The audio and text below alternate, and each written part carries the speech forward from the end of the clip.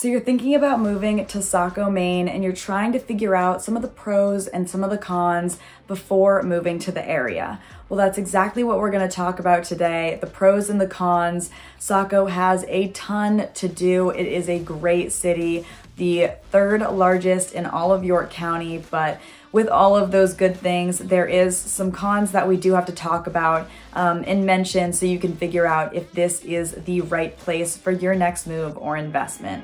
Let's get into it.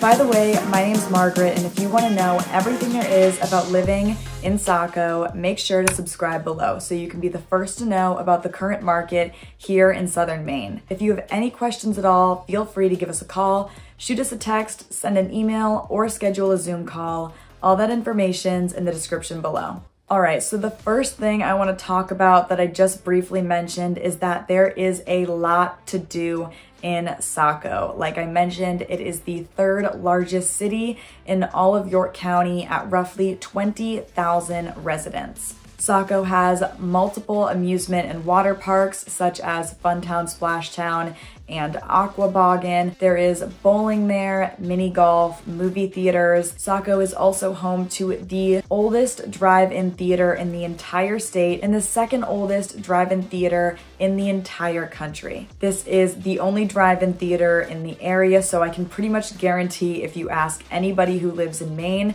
they have been here at least once before, but probably multiple times because it's a blast. Saco is also right on the ocean, so there's fishing charters and boat tours in the area as well. It is still a coastal community, even though it is a city. The next thing I want to mention is the proximity to Portland, Maine. Depending on where you live in Saco, Portland is only about a 20-minute drive. So you truly do get all of the benefits of living near such an awesome city while not actually having to live in the city if you don't want to. Portland is the largest city in the entire state of Maine at just under 70,000 residents. So as you can imagine, there is definitely a lot of benefits to living near an area like that. Portland is also home to the Portland Jetport, so if you're looking to move to the area, but you do have to travel a lot for work, it is super convenient to have an airport super close to your house. The next pro I want to mention about Saco is its walkability and its downtown area. All right, so I wanted to take a second and show you guys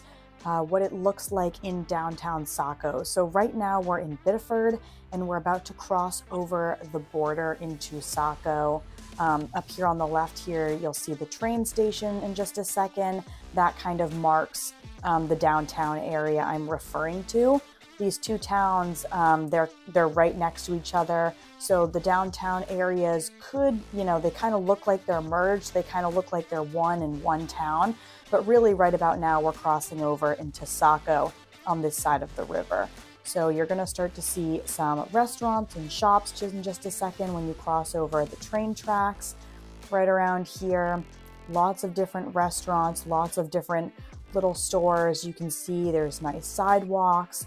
Even though this was filmed pretty early in the morning, you'll still see a couple of people walking around in this area. But like I said, it was filmed very early in the morning. In just a second, I'm going to show you guys some drone footage I got of the area. This is Saco, but to my left over here, you're going to see Biddeford in just a second. These buildings right here are part of Biddeford. So you're going to see the river in just a second, which is going to separate the two towns. But like I said just a minute ago, it really does look like one downtown area because they're right next to each other. But yes, it's very well maintained. All right, I also wanted to take a moment and show you guys what this area looks like on a map. So down here on the bottom left of the screen is the Saco River and Elm Street, which is that road we were just driving on, and showing you guys that downtown area. I wanted to point out, you can see here that there's lots of restaurants. This area just has a lot of stuff. There's a couple of parks, there's gardens, there's Thornton Academy, which is an awesome private school in the area.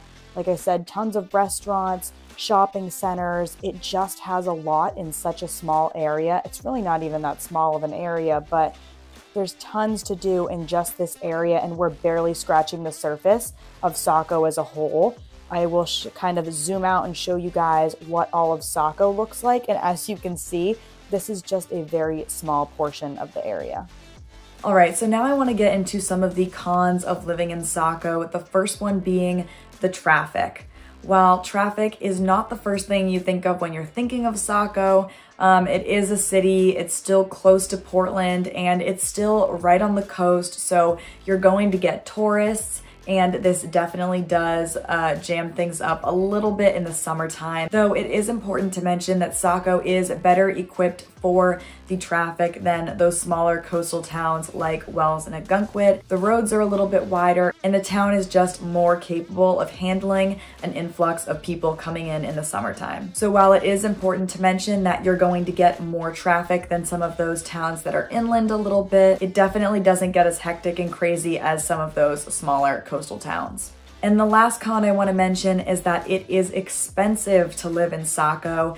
The property tax rate is $18.33 per 1,000 of the assessed value of the property, and that is expensive for the area. That number is one of the highest I've seen in all of York County and one of the highest I've seen on the coast of Southern Maine. But while it is expensive to live in Saco, it is important to mention that Saco is a great area with tons of benefits, and that is why people continue to move to the area. All right, so those were our pros and cons of living in Saco. I hope you found this video helpful. And again, my name's Margaret, and if you have any questions at all, feel free to give us a call, shoot us a text, send an email, or schedule a Zoom call.